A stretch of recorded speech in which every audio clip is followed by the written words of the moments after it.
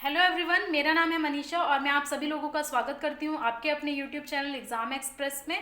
ये एक चैनल ही नहीं, ये एक सफ़र है जो आपको और हमें मिल करके पूरा करना है। सपनों के साथ और अपनों के साथ आइए आगे बढ़ते हैं। इस वीडियो को पूरा लास्ट तक ज़रूर देखें और अगर वीडियो अच्छी लगे तो लाइक कर दीजिए, शेयर कर दीजिए दोस्तों के साथ और चैनल को सब्सक्राइब करना ना भूलें ताकि फर्दर अपडेट्स आप तक पहुँच सकें। फ्रेंड्स, जितने भी स्टूडेंट्स हैं जो गवर्नमेंट एग्ज़ाम की तैयारी कर रहे हैं, स्पेशली इस वीडियो में मैं टेक्निकल बैकग्राउंड से जो बिलोंग करते हैं स्टूडेंट, उनके लिए बात करूंगी। खास करके एसएससी जेई की मैं यहाँ पर बात कर रही हूँ। Staff selection commission junior engineer, हो सकता है बहुत सारे स्टूडेंट होंगे जो ऑलरेडी इस एग्ज़ाम के लिए प्रिपेयर कर रहे होंगे और अच्छा स्कोर भी किया उन्होंने, लेकिन अभी भी कुछ स्टूडेंट्स हैं जो कॉलेज गोइंग स्टूडेंट्स हैं जो सेमेस्टर एग्ज़ाम अपना दे रहे होंगे, उनके लिए ये वीडियो है। बिगनर्स के लिए बिल्कुल फ्रेशर हैं अगर आप, तो आप ये वीडियो को कंप्लीट देखिए। बहुत इन्फॉर्मेशन आप इससे गेन करने वाले हैं क्योंकि यहाँ पर मैं बिल्कुल बेसिक से आपको इस एग्ज़ाम के बारे में बताऊंगी कि क्या पैटर्न होता है, कैसे आप फॉर्म भर सकते हैं, एलिजिबिलिटी क्राइटेरिया क्या है, फ़ीस कितने लगते हैं और कब आपको प्रिपरेशन करनी चाहिए। एंटायर चीज़ की मैं यहाँ पर बात करूँगी, तो अच्छे से देखिए और एक एक चीज़ को आप अच्छे से नोट डाउन कर सकते हैं। ठीक है फ्रेंड्स, तो मैं बिल्कुल बेसिक से स्टार्ट करती हूँ। ये है एग्ज़ाम एसएससी द्वारा कंडक्ट कराया जाता है, स्टाफ सिलेक्शन कमीशन द्वारा। जूनियर इंजीनियर का ये पोस्ट होता है। अगर आप टेक्निकल बैकग्राउंड से बिलोंग करते हैं, स्पेशली ये 3 ब्रांचों के लिए होता है: civil engineering, mechanical engineering and electrical engineering. अगर मैं अपनी बात करूँ तो मैं इलेक्ट्रिकल इंजीनियरिंग को बिलोंग करती हूँ और एसएससी जेई 2018 में मेरा सिलेक्शन हुआ है और ऑल इंडिया रैंक मेरा 15 आया हुआ है। मुझे CPWD डिपार्टमेंट अलॉट किया गया है फ्रेंड्स। तो अपने इस एक्सपीरियंस से मैं आपसे शेयर कर सकती हूँ कि कैसे आपको प्रिपरेशन करनी चाहिए, अपनी क्या बुक फॉलो करनी चाहिए और क्या सिलेबस होता है, सब पे मैं एक एक करके बात करूँगी। इस वीडियो में हम बिल्कुल बेसिक देखेंगे, ऑल अबाउट एसएससी जेई। यहाँ पर एक एक चीज़ के बारे में मैं बात करूँगी कि क्या एलिजिबिलिटी क्राइटेरिया होता है, क्या क्या डिपार्टमेंट्स होते हैं। तो आइए हम शुरू करते हैं। अगर मैं पोस्ट की बात करूँ तो ये जूनियर इंजीनियर का पोस्ट होता है। गैजेटेड पोस्ट भी नॉन गैजेटेड पोस्ट होता है ये। ठीक है, जूनियर इंजीनियर बहुत ही अच्छा है, सेंट्रल गवर्नमेंट जॉब है। अगर आप पोस्टेड होंगे तो जूनियर इंजीनियर की पोस्ट आपको दी जाएगी और फिर आगे डिपार्टमेंटल एग्ज़ाम होता है या फिर प्रमोशन होता है तो आप एई बन सकते हैं। तो शुरुआत होती है यहाँ जेई लेवल से। ठीक है, अगर मैं ब्रांच की बात करूँ तो स्पेशली यहाँ पर 3 ब्रांच ही अलाउ किए जाते हैं: civil engineering, mechanical engineering and electrical engineering. कि बहुत सारे स्टूडेंट का ये डाउट होता है कि ट्रिपल ई वाले अलाउ होते हैं या नहीं होते हैं। तो मैं आपको बताना चाहूँगी कि ट्रिपल ई वाले बिल्कुल अलाउ होते हैं। अगर कोई कैंडिडेट है जो ट्रिपल ई को बिलोंग करता है, वो बिल्कुल फॉर्म भर सकता है और बहुत अच्छे तरीके से अपनी प्रिपरेशन कर सकते हैं। और अगर हम देखेंगे तो ये स्पेशली 3 ब्रांच के लिए होता है, ये मैंने बता दिया आप लोगों को। सैलरी अगर मैं बात करूँ तो सैलरी बहुत ही अच्छी होती है, सेंट्रल गवर्नमेंट का ये होता है जॉब। तो जितने भी ये अपना जूनियर इंजीनियर के पोस्ट होते हैं वो लेवल 6 पे होता है जनरली। 4200 ग्रेड पे होता है इसका। और अगर मैं बेसिक पे की बात करूँ तो 35,400 से आपकी स्टार्टिंग होती है। इसमें कोई अलाउंस इंक्लूड नहीं होता है, ये सिर्फ बेसिक पे है। इसके बाद आपका DA और भी बहुत सारे अलाउंस है वो इंक्लूड होंगे। तो ऑन एन अप्रॉक्स मैं ये बोल सकती हूँ कि अगर आप एक एक्स सिटी में रह रहे हैं, लाइक दिल्ली में अगर आप रह रहे हैं, तो आपको ग्रॉस सैलरी आपकी 50+ बन सकती है। तो काफ़ी अच्छी सैलरी है और इसलिए मैं कहना चाहती हूँ कि आप बिल्कुल प्रिपेयर करिए। बहुत ही अच्छा स्कोप है आगे और बहुत ही शानदार जॉब है ये। ठीक है, तो सैलरी की बात मैंने बता दिया। Group B non gazetted post है, ये मैंने बता दिया। आगे मैं आती हूँ डिपार्टमेंट ऑर्गेनाइजेशन। तो बहुत सारे इसमें डिपार्टमेंट होते हैं, बहुत अच्छे अच्छे डिपार्टमेंट होते हैं फ्रेंड्स। देखिए यहाँ पर कुछ के नाम मैं लूँगी क्योंकि बहुत सारे नए स्टूडेंट ऐसे होंगे जिन्हें कुछ आइडिया नहीं होगा। जनरली वो 1 या 2 डिपार्टमेंट सुने होंगे इन जनरल, लेकिन बहुत अच्छे अच्छे यहाँ पर डिपार्टमेंट आप लोगों को अलॉट किए जाते हैं। और अगर आप बिल्कुल बिगनर्स हैं, देखिए जैसे आप गेट की प्रिपरेशन करते हैं अपने सेमेस्टर एग्ज़ाम के दौरान, वैसे ही आप लोगों को इस एग्ज़ाम के लिए भी फोकस करना चाहिए क्योंकि बहुत सारे स्टूडेंट हैं सीरियसली प्रिपेयर करते हैं गेट के लिए। और मैं ये नहीं कहूँगी कि आप गेट के लिए प्रिपेयर मत करिए, लेकिन आप अपने लेवल को भी देखिए क्योंकि गेट का पेपर जनरली लॉजिकल होता है और उसमें और ज़्यादा मेहनत की ज़रूरत होती है। लेकिन अगर कोई नॉर्मल सा थोड़ा सा प्रिपरेशन करना चाहता है तो वो एसएससी जेई की तरफ मूव कर सकता है, बहुत ही अच्छा प्रिपरेशन करके अच्छा रैंक अचीव कर सकता है। तो जैसे मैं ये कहना चाहती हूँ कि आप वेट मत करिए अपने सेमेस्टर एग्ज़ाम ख़त्म होने का, अपने ईयर ख़त्म होने का। आप क्या करिए, साथ साथ में पढ़िए, और हमारा फ्री वीडियो लेक्चर भी अपलोड हो जाएगा जल्दी, उससे आप बहुत ही अच्छे तरीके से प्रिपरेशन कर सकते हैं। तो सिर्फ गेट को ना लेकर के आप इसे भी तैयारी करिए, क्योंकि जनरली स्टूडेंट ये सेमेस्टर के टाइम पे नहीं करते हैं प्रिपरेशन। जब ग्रेजुएशन हो जाता है पूरा, जब या फिर डिप्लोमा हो जाता है, तब स्टूडेंट्स आगे पढ़ते हैं, तो उन्हें फिर 1 या 2 साल और इन्वेस्ट करना पड़ता है। वो चीज़ आप मत करिए। इसीलिए मैं यहाँ पर बोल रही हूँ ऑल अबाउट एसएससी जेई। आप लोगों को अगर ये पता होगा तो आप अभी से बहुत ही अच्छी प्रिपरेशन अपनी कर सकते हैं, और जैसे आप ग्रेजुएट हो गए उसके बाद ये एग्ज़ाम लिखिए और उसे क्वालिफाई कर जाइए। देखिए, क्योंकि एसएससी का थोड़ा प्रोसीजर स्लो होता है, ये सब जानते हैं कि थोड़ा धीरे धीरे काम चलता है, बहुत आराम आराम से रिजल्ट आते हैं। लेकिन अगर एक बार आपकी नौकरी लग गई एसएससी में तो बहुत ही शानदार तरीके से आप अपनी ज़िंदगी जीने वाले हैं। इसीलिए मैं कहूँगी बहुत अच्छे से आप प्रिपेयर करिए, अच्छे नोट्स बनाइए, और एग्ज़ाम के टाइम पे अच्छे से अपना रिवाइज करते हुए चलिए। ठीक है, तो ये हम देख लिए थे सारा डिटेल्स। अब हम आते हैं डिपार्टमेंट की तरफ। तो देखिए इसमें क्या क्या डिपार्टमेंट होता है एक बार मैं बताना चाहूँगी आपको। आप अपने उसके ऑफिशियल वेबसाइट से नोटिफिकेशन भी डाउनलोड कर सकते हैं। यहाँ पर मोटा मोटी मैं ऊपर एक बार आपको लोगों को बता देती हूँ क्या क्या डिपार्टमेंट होते हैं। तो पहला होता है देखिए BRO, बॉर्डर रोड ऑर्गेनाइजेशन। इसमें आप लोगों को थोड़ा सा मेडिकल के लिए ध्यान रखना पड़ेगा, क्योंकि मेडिकल होता है इनका। बाकी जितने डिपार्टमेंट हैं उन्हें अपना सिविल सर्जन से साइन करा करके देना होता है, लेकिन इसमें थोड़ा सा मेडिकल होता है, और ये सिर्फ मेल कैंडिडेट के लिए होता है, ये भी मैं बताना चाहूँगी। फीमेल कैंडिडेट के लिए ये डिपार्टमेंट अलॉट नहीं किया जाता है। ठीक है, मैकेनिकल सिविल से अगर आप बिलोंग करते हैं, इलेक्ट्रिकल, तो आप इसमें एप्लीकेबल है, लेकिन सिर्फ मेल कैंडिडेट। ठीक है फ्रेंड्स, नेक्स्ट आते हैं हम CPWD। CPWD बहुत ही एक अच्छा शानदार डिपार्टमेंट है जो मुझे अलॉट किया गया है, और फर्स्ट प्रेफरेंस जनरली स्टूडेंट का यही होता है कि उन्हें CPWD डिपार्टमेंट अलॉट हो।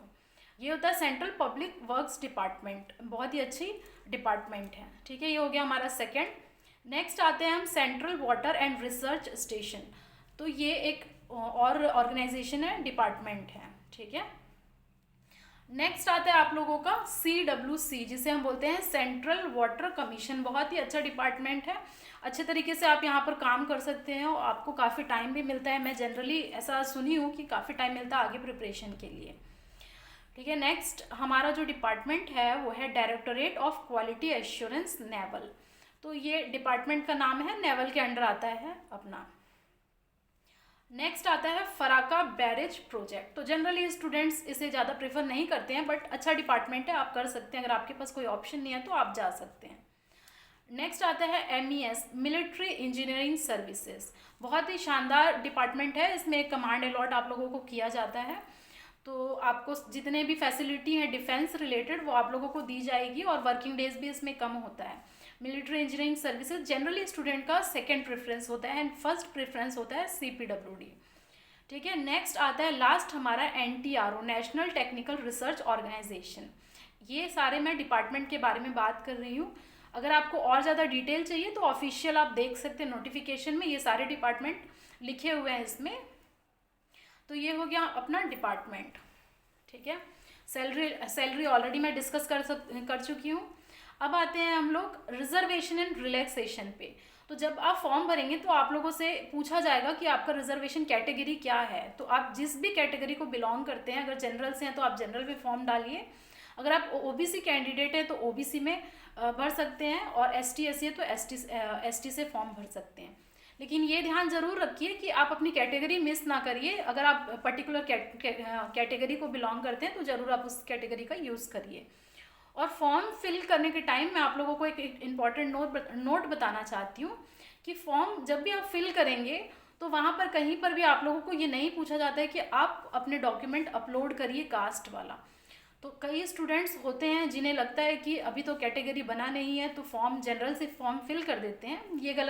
ये आप गलती मत करिएगा, इसे थोड़ा आपको ध्यान रखना पड़ेगा, क्योंकि जब आप एक बार फॉर्म फिल कर दिए या फिर आपका रिजल्ट आ गया तो आप उसे कोई भी मॉडिफाई नहीं कर सकते, इसीलिए फॉर्म फिल करने के टाइम आप बहुत ही अच्छे तरीके से ध्यान रखिए इन बातों का, ठीक है। और रिलैक्सेशन की अगर मैं नेक्स्ट बात करूं तो देखिए रिलैक्सेशन आप लोगों को मिलता है, अगर आप एज रिलेटेड अगर है कोई प्रॉब्लम तो बिल्कुल रिलैक्सेशन आप लोगों को दी जाएगी। जनरली देखिए पूरे डिपार्टमेंट के लिए 30 ईयर्स होता है जनरल कैटेगरी के लिए, एंड CPWD के लिए 32 ईयर्स होता है, एक आध और के लिए 32 होता है, वो आप ऑफिशियल नोटिफिकेशन अच्छे तरीके से देख सकते हैं उसमें। तो जितने भी एज क्राइटेरिया एज लिमिट है, मान लीजिए आप अगर OBC कैंडिडेट बिलोंग करते हैं, OBC कैटेगरी से बिलोंग करते हैं, तो आप लोगों का जो कैटेगरी है प्लस आप लोगों को 3 ईयर्स एक्सटेंड मिलेगा एज का बेनिफिट आप लोगों को मिलेगा। सिमिलरली अगर आप ST SC से बिलोंग करते हैं तो आप लोगों को 5 ईयर्स मिलेगा। सिमिलरली बहुत सारे ऐसे हम लोगों को ये रिलैक्सेशन मिलता है एज में, तो उसको आप ध्यान दे सकते हैं। अगर किसी का एज क्रॉस हो रहा है तो आप एज लिमिट वाला क्राइटेरिया लगा सकते हैं, ठीक है। अब आते हैं एजुकेशन क्वालिफिकेशन, बहुत ही इंपॉर्टेंट है ये आप लोगों के लिए। तो एजुकेशन क्वालिफिकेशन ये है कि अगर आप 3 इयर्स डिप्लोमा है किए हैं या फिर अगर 4 इयर्स इंजीनियरिंग किए हैं BE और BTech, 3 ब्रांच का होना ज़रूरी है। सिविल, इलेक्ट्रिकल, मैकेनिकल, EEE के अंदर आता है। तो इन ब्रांचों से अगर आपने BE BTech या फिर डिप्लोमा किया है तो आप बिल्कुल एलिजिबल है फॉर्म के लिए। और अगर आप अभी प्रिपरेशन करना चाहते हैं सेमेस्टर के टाइम तो आप बिल्कुल हमारा फ्री वीडियो लेक्चर्स देख सकते हैं जो जल्द ही अपलोड होने वाला है, आप लोगों के लिए खास डिज़ाइन की गई है, आप उससे पढ़ सकते हैं और आगे अपनी तैयारी कर सकते हैं और अपने सपनों को पूरा कर सकते हैं जैसे मैंने अपने सपनों को पूरा किया है, ठीक है। ओके, तो आगे बढ़ते हैं हम। एजुकेशन क्वालिफिकेशन के बारे में मैं आप लोगों को बता दी, अगर कोई कन्फ्यूजन होगा तो आप कमेंट कर सकते हैं। एजुकेशन क्वालिफिकेशन जनरली स्टूडेंट्स को इसमें डाउट होता है। नेक्स्ट आगे बढ़ते हैं। देखिए फ़ीस, तो इस फॉर्म को फिल करने के लिए बहुत ही रिजनेबल कम फीस लगता है, 100 रुपीज़ का ये फॉर्म होता है। और वो भी अगर जनरल कैटेगरी से बिलोंग करते हैं या OBC तब आप लोगों को 100 रुपीज़ चार्ज करेंगे। अदरवाइज़ आप अगर वुमेन कैंडिडेट हैं या फिर ST SC से बिलोंग करते हैं या फिर PWD कैंडिडेट है तो फ्री ऑफ कॉस्ट रहता है, बिल्कुल फॉर्म में पैसे नहीं लगते हैं। लेकिन आप लोगों को फॉर्म फिल करते हुए थोड़ी सी चीज़ों को ध्यान रखना पड़ेगा। फ़ोटो विथ सिग्नेचर इस बार से SSC ने मांगा था, अदरवाइज़ एक स्टूडेंट से मेरी बात हुई थी, उनका फॉर्म रिजेक्ट हो गया था सिग्नेचर ना डेट ना होने की वजह से। ये सब छोटी छोटी पॉइंटें हैं आप लोगों को ध्यान रखना है फॉर्म फिलिंग के टाइम, ठीक है, क्योंकि मल्टीपल फॉर्म को वो रिजेक्ट कर दे रहे हैं। तो जब आप फॉर्म 2021 का भरेंगे तो इन सब बातों का आपको ध्यान रखना है। नोटिफिकेशन बहुत अच्छे तरीके से पढ़िएगा तभी फॉर्म को फिल करिएगा, ठीक है। तो जब भी नोटिफिकेशन आएगा 2021 का, उसे मैं आपको अच्छे से बता दूंगी कैसे फॉर्म फिल करना है और क्या क्या इंपॉर्टेंट पॉइंट है उसमें। तो जितने भी स्टूडेंट्स हैं आप तैयारी कर रहे हैं अभी, अगर फाइनल ईयर में हैं तो आप बिल्कुल 2021 के लिए तैयार हो जाइए, क्योंकि हर साल SSC नोटिफिकेशन निकालता है। थोड़ा सा लेट होता है क्योंकि 2018 का नोटिफिकेशन 19 में आया था, लेकिन आप अपनी प्रिपरेशन करिए। एग्ज़ाम अच्छे तरीके से कंडक्ट किया जाता है, सबके बारे में डिटेल्स में बताऊंगी कि कैसे एग्ज़ाम का पैटर्न होता है, कितना सिलेबस होता है। इसमें मैं मोटा मोटी तो ऊपर जो नेसेसरी पॉइंट है वो आपसे डिस्कस कर दे रही हूँ। अब आते हैं, देखिए सेंटर ऑफ एग्जामिनेशन जनरली बहुत सारी जगह पे होता है। प्री का मेंस का जो एग्ज़ाम होता है आपका वो कहीं कहीं सेंटर होता है, तो वो आप अपने अकॉर्डिंग फॉर्म फिल कर लीजिएगा। जहाँ पर भी आप नज़दीकी आप लोगों का सेंटर पड़ता है वहाँ पर आप डाल दीजिएगा। तो ये एक इशू नहीं है, ये बहुत बड़ा इशू नहीं है, वो आप जोन के अकॉर्डिंग आप अपना फॉर्म फिल करते समय देख सकते हैं। नेक्स्ट आता है देखिए स्कीम ऑफ एग्जामिनेशन।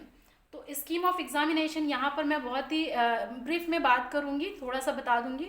आगे जब हम नेक्स्ट वीडियो में बात करेंगे उसमें और भी डिटेल्स में अच्छे तरीके से बताऊँगी कि क्या एग्जामिनेशन का पैटर्न होता है। तो फ्रेंड्स देखिए स्कीम ऑफ एग्जामिनेशन ये 2 स्टेज होता है जनरली। इसमें पहला पेपर होता है जिसे हम बोलते हैं पेपर 1, और ये होता है हमारा बिल्कुल ऑब्जेक्टिव MCQs क्वेश्चन इसमें आते हैं। कितना कितना वेटेज रहेगा वो मैं नेक्स्ट वीडियो में बात करूँगी, जब पेपर पैटर्न के बारे में कंप्लीट डिस्कशन करूँगी तब। तो प्री होता है और मेंस होता है। मेंस में आप जितना भी सेमेस्टर पढ़े हैं अभी तक, सब्जेक्ट मेंशन है, सिलेबस जो नेक्स्ट वीडियो में मैं बात करूँगी, सिलेबस जब मैं डिज़ाइन बताऊँगी। तो मेंस होता है बिल्कुल कन्वेंशनल। देखिए अगर आप सेमेस्टर एग्ज़ाम में पढ़ रहे हैं तो आपके लिए बहुत ही आसानी होगी मेंस पेपर लिखने के लिए।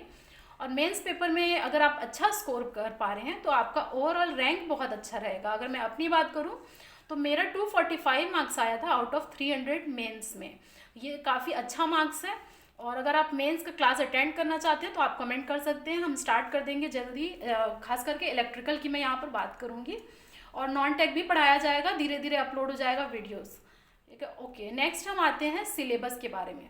तो देखिए, सिलेबस ऑफिशियल वेबसाइट पे बिल्कुल मेंशन है उनके नोटिफिकेशन में, लेकिन फिर भी मैं बहुत अच्छे तरीके से आपको सिलेबस डिस्कशन करवाऊंगी आने वाली नेक्स्ट वीडियो में।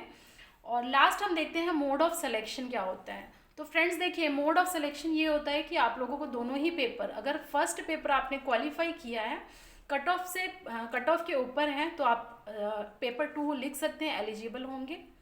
और जो ओवरऑल आपका रैंक डिसाइड होगा वो पेपर 1 प्लस पेपर 2 दोनों को ही मिला करके यहाँ पर आप लोग का सिलेक्शन होगा।